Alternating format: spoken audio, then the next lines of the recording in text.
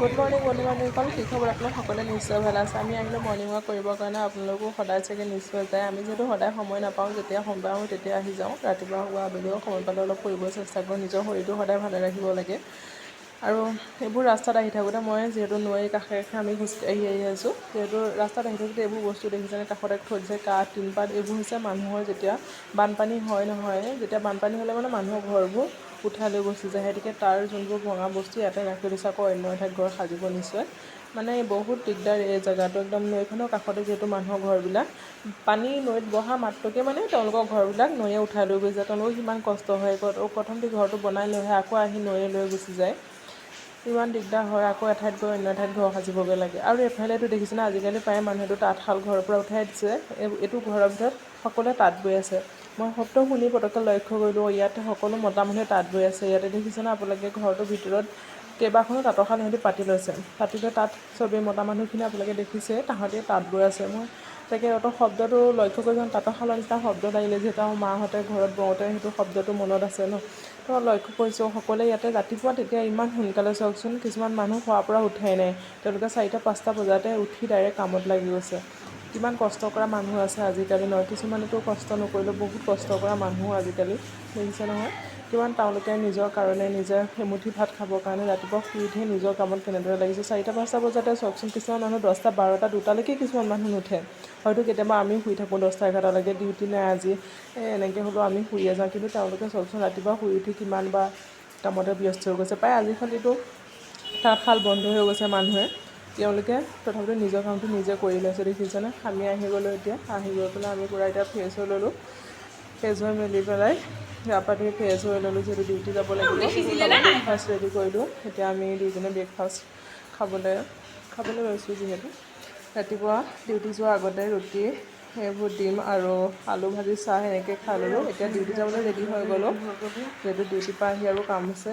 এতিয়া ডিউটি আহিছোঁ, যিহেতু ডিউটি দেখিছেনে কেনেদৰে মানে বহুত ব্ৰহ্মপুত্ৰ নৈ আছে ন, ব্ৰহ্মপুত্ৰৰ মাজেৰে যাব লগা হয় কিছুমান। সেয়েহে এতিয়া ডিউটিৰ পৰা আহি আকৌ আহি গ'লোঁ বজাৰত। যিহেতু ডিউটিৰ পৰা আহি খাই বৈ ৰেডি হৈ আকৌ বজাৰত আহি গ'লোঁ। টাইম যিহেতু নহয়েই ইমান কিবা কিবি কৰিবৰ কাৰণে, যিখিনি পাইছোঁ মই বোলো অলপ ভিডিঅ' ৰাখি থওঁ আপোনালোকৰ মাজতো মোৰ দেখুৱাম মইনো কি কৰি থাকোঁ। এতিয়া ডিউটিৰ পৰা আহি ৰেডি হৈ মেলি আকৌ আহি গ'লোঁ বজাৰত দেখিছিলে ইমান বৰষুণ, ইপিনে গোটেই বোকা, খোজকাঢ়িব জেগা নাইকিয়া নিচিনা হৈছে। মানুহো বহুত, বজাৰখনত ভিৰো হৈ আছে। পিছে পুৰা বৰষুণ পৰি আছে। ছাতি লৈ আহিছোঁ যদিও মানে বহুত ৰাস্তাটো বোকা আৰু পিছল হৈ আছে। মানুহৰ ভিৰ, কিন্তু বজাৰত বস্তু মানে আজি কম ওলাইছে। যিহেতু বৰষুণ যে, এইবোৰ অলপ ৰাস্তা কাষে বহিছে। যদিও বজাৰ ভিতৰৰ ফালে অলপ আছে বাৰু, বহুত সোমাই যাব লাগিব।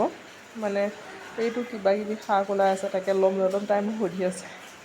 আৰু অলপ আগলৈ গৈ আছোঁ যদিও মানে আমি যি বস্তু ল'ম বুলি ভাবিছোঁ তাত পোৱাগৈ নাই। মানে ইমানেই ভিৰ মানুহ হৈছে বজাৰত। বৰষুণ যদিও মানে ৰাস্তাত খোজকাঢ়িবলৈ অলপ দিগদাৰ হৈছে, ছাতি লৈ গৈছোঁ যদিও। এইফালে আহি পালোঁ মাছৰ বজাৰ। দেখিছোঁ নহয়, মাছ ভাবিলোঁ অলপ লৈ লওঁ। কি মাছ ল'ম তাকে চাই আছোঁ ইফালৰ পৰা সিফালে। ভাবিলোঁ বহুত দিন সৰু মাছো খোৱা নাই, অলপ সৰু মাছো লৈ লওঁ। আৰু লগৰজনীয়ে ক'লে অলপ ডাঙৰ মাছো লৈ লওঁ। সেনেকৈ দুইজনে মিলাই মেলি সৰু ডাঙৰ দুইটা মিক্স কৰি অলপ মাছ লৈ ল'লোঁ। এইফালে সৰু মাছ এইটো লৈ ল'লোঁ অলপ। সৰু মাছটো যিহেতু বহুত দিন খোৱাই হোৱা নাই, ঘৰতে খোৱা হয় সৰু মাছটো। ইয়াতে আমি সৰু মাছ খোৱাই নহয়, কটা মাছ হয়, ডাইৰেক্ট লৈ যাওঁ আৰু শ্বৰ্টকাট হয় বুলি। এইফালে আৰু চন্দা মাছো লৈ ল'লোঁ। চন্দা মাছ মানে লগৰজনীয়ে বহুত ভাল পায় বোলে, ময়ো বেয়া নাপাওঁ বাৰু। সেনেকৈ দুইজনে সৰু মাছ আৰু চন্দা মাছ মিলাই মেলি আৰু লৈ ল'লোঁ। যিহেতু বতৰটো ডাৱৰীয়া, ইমান বতৰটো ভাল নহয়, যাতায়াতৰ সুবিধাটো বহুত কম হৈছে মানে ইয়াতে। আৰু এতিয়া এইটো কি শাক বুলি কয় নাজানো, চব্জিও লৈ ল'লোঁ। আন্ধাৰে হৈ গ'লগৈ দেখিছিলে বজাৰ কৰোঁতে যিহেতু বেয়া আছিলে বৰষুণ, মানুহ বহুত ভিৰ, ইফালে সিফালে যাবলৈ অলপ দিগদাৰ হৈছিলে। এতিয়া বজাৰ কৰি মেলি আমাৰ হৈয়ে গৈছে প্ৰায়। বিলাহী, বেঙেনা চব লৈ লৈছোঁ। জলকীয়া, পিঁয়াজ, কিবা এইটো তৰৈ কওঁ আমি, কিবা কওঁ আপোনালোকে নাজানো দেই। চব বজাৰখিনি আমাৰ কৰা হৈ গৈছে। এইফালে অলপ আহি দেখিলোঁ ফল মূলো বজাৰখন দেখিলোঁ, যিহেতু ফল মূল অলপো লৈ লওঁ। ইয়াতে মানে ইমানে ভাল নাই যদিও জাহাজী কল কেইটামান দেখিলোঁ, চকুত পৰিলে, যিহেতু লৈ যাওঁ বোলো কল কেইটামানকৈ। সেইফালে 1 কেজি জাহাজী কল লৈ ল'লোঁ। কলটো যিহেতু মানে খাই ভাল লাগে, অলপ সোৱাদ যোনটো থাকে। ইয়াৰ পৰা মই প্ৰায়ে লৈ থাকোঁ। এইখনত মানে ভাল আনে জাহাজী কল। ইয়াতে আকৌ কেজি হিচাপে বিকে কলখিনি। এনেকৈ জাহাজী কল 1 কেজি লৈ ফাইনেলি আকৌ আহি গ'লোঁ ৰুমত। এয়া ৰুমত আহি ফ্ৰেছ হৈ মেলি ল'লোঁ। ফ্ৰেছ হৈ মেলি এতিয়া আকৌ ভাত চাত বনাই মেলি যদি ডিউটি যাব লগা হ'লে যাম আৰু নহ'লে আকৌ শুই যাম। আজিলৈ আহিছোঁ, পুনৰ নতুন এটা ভিডিঅ'টো লগ পাম, বাই।